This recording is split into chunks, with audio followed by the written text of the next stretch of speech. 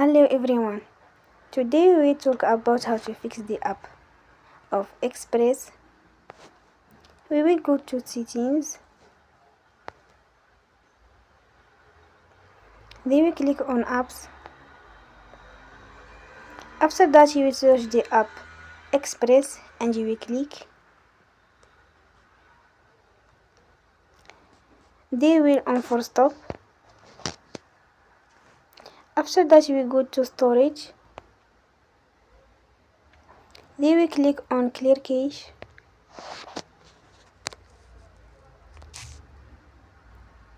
In the end, turn off your phone and you will recharge your phone again. Don't forget to support us by like and subscribe.